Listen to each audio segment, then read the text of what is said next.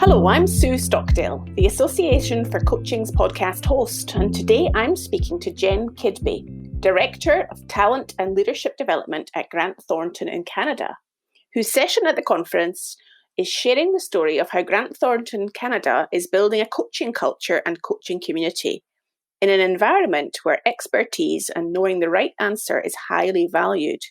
So I'm fascinated to learn a little bit more about Jen and her work in Grant Thornton. Welcome to the podcast, Jen. Thank you, Sue. Thank you so much for having me.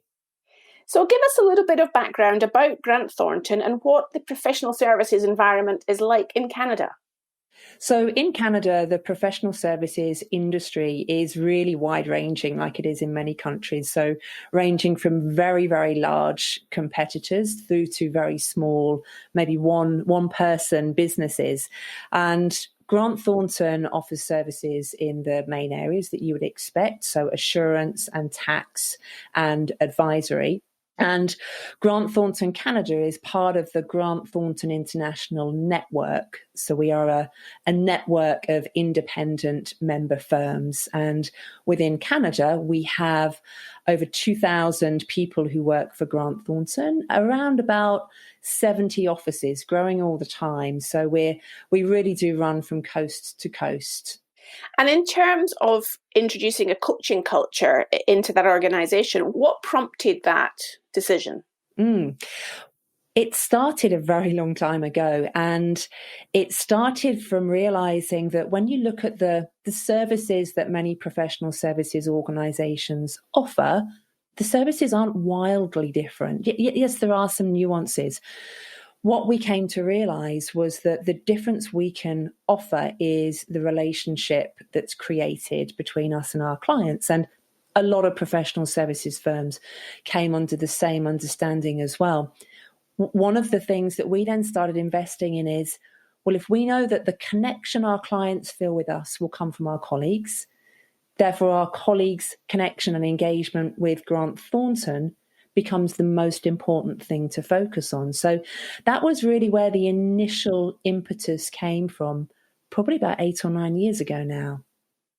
And in terms of introducing a coaching culture, what's your role in that then, Jen? So my role as the Director for Talent and Leadership Development encompasses a couple of different strands. One is that my role is about at scale. How do we develop not just individuals with coaching skills? How do we nudge the whole organizational system so that we are coming from a more coaching mindset in what we do? So what that means is that I lead on coaching programs, on coaching activity, on coaching supervision within the firm, and also on identifying and supporting the everyday opportunities to create a coaching culture as well. So that could be anything from how we give feedback through to how do we want our people managers to engage with their coachees, through to when we begin to work with other businesses and maybe we go through M&A activity as a firm, how do we identify other firms that we want to collaborate with and how do we bring them into the Grant Thornton fold? So it runs from all-encompassing programs right the way down to everyday, how do we want the way we run the business to take shape? So at the heart of that, I guess I'm hearing it's really about the employee experience. And if people within the firm have a great experience, that's undoubtedly going to then rub off on your clients too. That's right. Yeah, that's the goal of everything that we do. Now, obviously, we've been in the situation around the world with COVID that has caused us to any organisation to be rethinking its working practices and how leaders lead. I'm just wondering if you can give us a sense of how that's impacted within Grant Thornton. I think like any business, it's been a time to really question so many assumptions about the business and about how we do business. So I would say initially, in line with a lot of organizations, we had to make a really quick switch from being physically present in the office to being working from home and thinking about how do we keep that level of connectivity going when people are working from home. And we talked a lot within our team and within the firm about needing to move from a period of hurt where people have been quite shocked to experience some of the changes that are happening in the world through to a period of healing before we can really move into a period of hope to begin to reimagine what the business might like. So right now, as I'm speaking to you, I think we're probably in that middle phase of helping people to find ways to sustain their resilience, not knowing what's going to happen next week or next month. So how do you keep going with that level of uncertainty, as well as then longer term beginning to look at, so how do we operate as a business? What impact will this have on the services that we offer? How will we build relationships with clients? What skills will become even more important if we're having to do that virtually? So I think we're just on the cusp of imagining what some of that will mean for our business. And certainly when it comes to our employees and our employee base, helping them to initially cope and then understand what's the opportunity for personal growth that maybe they have that was unexpected from the pandemic. So I'm hearing from what you're saying, really a sense of not knowing. And it's reminded me that I guess one of the challenges that often leaders find switching to using more of a coaching style of leadership is being more comfortable with asking questions and not knowing rather than being the one that has the answers. I'm just wondering if you have any sense of that as well. It's fascinating because of the nature of the business that we're in. We employ incredibly bright, passionate, motivated people who are rewarded in that early part of their career for being experts. So for being technically excellent at what they do, from having the answers, from keeping up to date with all the latest regulatory changes. And as you've said in your question, the shift that comes with coaching is letting go of that and instead seeing your role as helping somebody else to get better in their thinking. So it really has helped our coaches or enabled our coaches to question at quite a deep level, what's the value I bring here as a coach? If it's not about having the answer, what is it really about? And it is, in working with a number of our partners, it's so fascinating and such a privilege to see people go through that journey of, well, how can I possibly go into a conversation where I don't have the answers to, wow, I'm so much more impactful because I don't have the answers. And instead I'm investing in listening and connecting and walking in the other person's shoes. That's been, I think, a game changer, not just for our partners as coaches, but how they are as leaders. And the number of times that the partners will talk about, I did this with my teenage kids, or I did this in helping my family, or I did this in my football coaching. It really is so rewarding to hear how what initially feels like, oh, it's coaching skills, begins to transcend that and begins to shape how people are as human beings. And I can hear that sense of energy that you have in your own voice, Jen, to the idea when you're talking about coaching. I guess I'm curious to understand, how did you get into it in the first place? What was your first experience of coaching?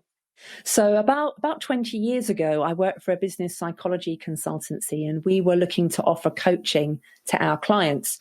And at the time, the coaching industry was very much in its infancy. We identified a coaching diploma that was very much based on Gestalt principles. And I was one of the first people to go through this program, and the experience over the 12 months was nothing like I expected. I'd thought coaching was the grow model and having a clear action plan after every coaching session. So to go from that to understanding what's happening in the moment, how do you tell that from the tone of voice or the energy in the person that you're with? What are you noticing in yourself that's shifting that can give you clues about your client? I was hooked. I saw the power that had with people, and I was hooked. And for the last 20 years, coaching is easily the most enjoyable and rewarding part of my role. So with that energy and passion that you clearly have for it, I'm wondering whether you are the champion within Grant Thornton to push forward the coaching culture agenda, or is there others that, because a champion at the top of an organization is often really required for sustainable success over time? Our champion for coaching, well, actually our champion for our culture is our chief executive, Kevin Ladner. He routinely talks about culture being his number one priority. He is one of our coaches. He coaches on a lot of our leadership development programs where our coaches will coach future leaders. He will talk about coaching. He brings coaching principles into how he leads his top team, and that filters down all the way. So whilst it's myself and the wonderful team that I get to work with doing a lot of the work behind the scenes, when it comes to championing and bringing it to life in the firm, he really is the person where that starts from. Well, that's so important and fantastic to hear that it's walking the talk from the top of the organisation. It really is. So do you think that ultimately over time that having a coaching culture within Grant Thornton will be a unique selling point for the firm and part of the characteristics of perhaps why clients will come to you? It seems to be. It seems to be that's happening already. And I know the work is never done. It's always work in progress. Right now, we're recognised as one of Canada's great places to work. We have been for the last 13 years. Particularly this year, we've been identified as a great place to work for inclusion and also for women. So that for us is not just about coaching, but it's a big part of what we've been working towards over the last 7 or 8 years. We also find that our clients will feel it as well in the sorts of conversations they have. So when I think about what's happening right now and the conversations that a lot of our partners and colleagues are having with clients, being able to listen and create a safe container for a client to share their uncertainties, their anxieties about their business. Many of our clients are from family-run businesses. So being in this pandemic creates huge pressures for them. So as advisors, to be able to hold a space for our clients, not just to advise them on the latest advice from the government, but to really listen and to be a source of emotional support as well as practical, tangible advice is hugely important. One of our partners just recently shared the example of being with a client and being very mindful of his coach training. He said that he deliberately left a lot of silence and he used our favorite coaching question, which is what else? And he used that a number of times and found that the client was able to open up and think through a number of different challenges they'd been facing that just hadn't come out in the first 30 minutes of the conversation. Ultimately, that led to some opportunities for business for Grant Thornton and also was incredibly valuable for that client at that point in time. So it shows up in 100 different ways every day, some of them small and some of them big. You're making me think about the phrase, the great place to work that you described there, Jen. And I'm thinking, well, with everybody being home-based or a lot of people being home-based because of the COVID situation, there isn't necessarily one discrete physical location where everyone's coming to have that great place to work.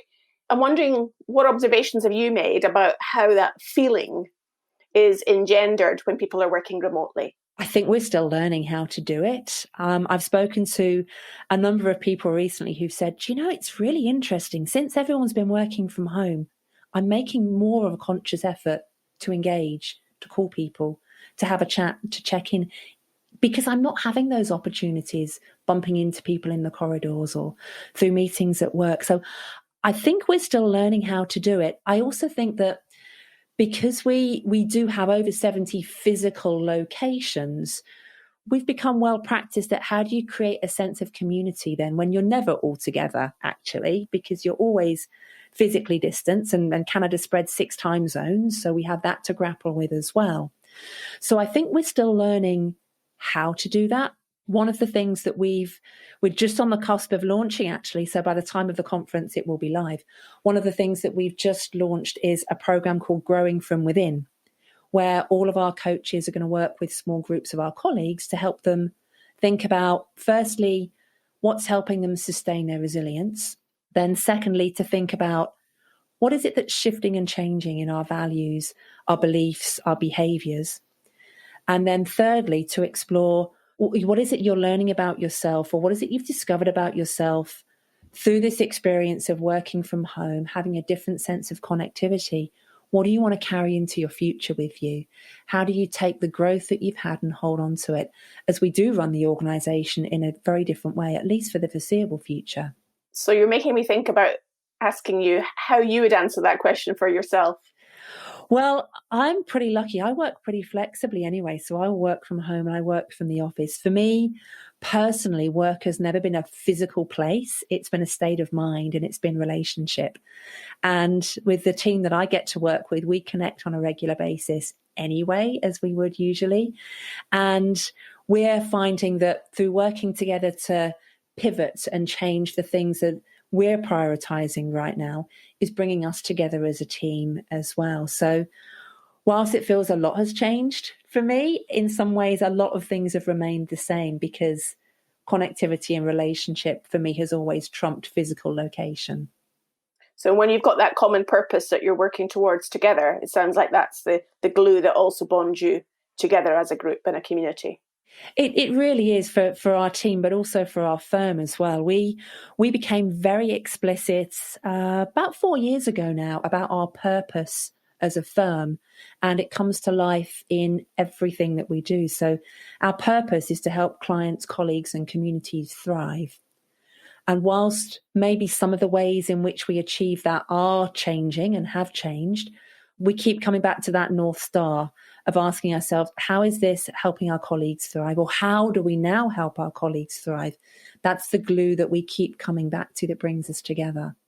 So in terms of, I know in the conference you're going to be speaking about the story of how you've introduced the coaching culture, how the coaches have been trained and so on. With reflection of your experience having done that, Jen, what advice would you have for leaders that may be thinking about introducing a coaching culture into their organisations? What are your pearls of wisdom around that? The most important thing for us has been, it hasn't been introducing a coaching culture for the sake of introducing a coaching culture. It's been about strategy. And our strategy as a firm has been to be present in the communities that we serve and to be integrated into those communities. And it has also been to create a really powerful client relationship. And part of that has been through a coaching culture. So we've started with that rather than the notion that we want a coaching culture because it's a good thing. The other thing that I would say that I'm sure many other people recognize as well is starting at the top. So when we started on our coaching journey 7 years ago, we started with our top team. So all of our top team went through our accredited coaching program. And then from them, the energy just snowballed throughout the organization. Dare I ask, there are sometimes those people that are take a little bit longer to change and might have an initial resistance to adapt to a new way of working or a new way of behaving. I'm imagining that it might be the same within Grant Thornton because it is in many organisations. How have you helped those people who have an initial skepticism or resistance to come around? So I mentioned before that my original coach training was in Gestalt principles and being aware of energy. So we've very much gone with where the energy is. So we've worked with those particularly partners who have the mindset and the energy to really engage with a coaching mindset. And we found that as that has snowballed, more and more people have seen, oh, this is the way the firm is developing and evolving. And maybe I wasn't completely on board to start with, but now I get that that's where we're heading. So we've very much gone with the approach of first followers. So that's a phrase we've used a lot. And we've invested our energy in our first followers, trusting that through peer influence and through the organizational systems shifting, that those who maybe are a little bit more skeptical, because people are developed to be skeptical in our industry, those people who are a little bit more skeptical, when they begin to see it around them, they will then begin to shift in their mindset to the point that a number of our partners will say to me, Jen, I know when I'm in a meeting and I look around the room or now look around on screen, I see the other people who have been through the coach program, who've been on this journey. And I say, well, how do you know? And they kind of pause and say, well, you just know from the questions they ask, and they're quiet and they leave space and they're thoughtful. So more and more, it's becoming the way that we be as an organisation. Well, it's been a great pleasure to get your sense of energy today, Jen, to hear about the story within Grant Thornton. And I'm sure your session at the conference is going to be fascinating to discover more about that. So I really appreciate you speaking to us today, and thank you so much for your time. Thank you, Sue. It has been a privilege.